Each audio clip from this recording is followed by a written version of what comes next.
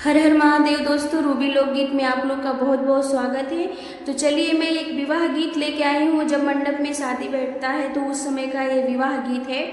और इस विवाह गीत में एक बन्नी को, जिसकी शादी हो रही है बेटी को, उसको आशीर्वाद दिया जा रहा है। उसको सब अच्छे से आशीर्वाद दे रहे हैं, वैसा इस गीत में वर्णन किया गया है। तो आप लोग गीत को पूरा सुनिए, फुल वॉच करके सुनिए और लाइक कीजिए, कमेंट कीजिए। जो भी चैनल पे नया है प्लीज़ चैनल को सब्सक्राइब कर दीजिए।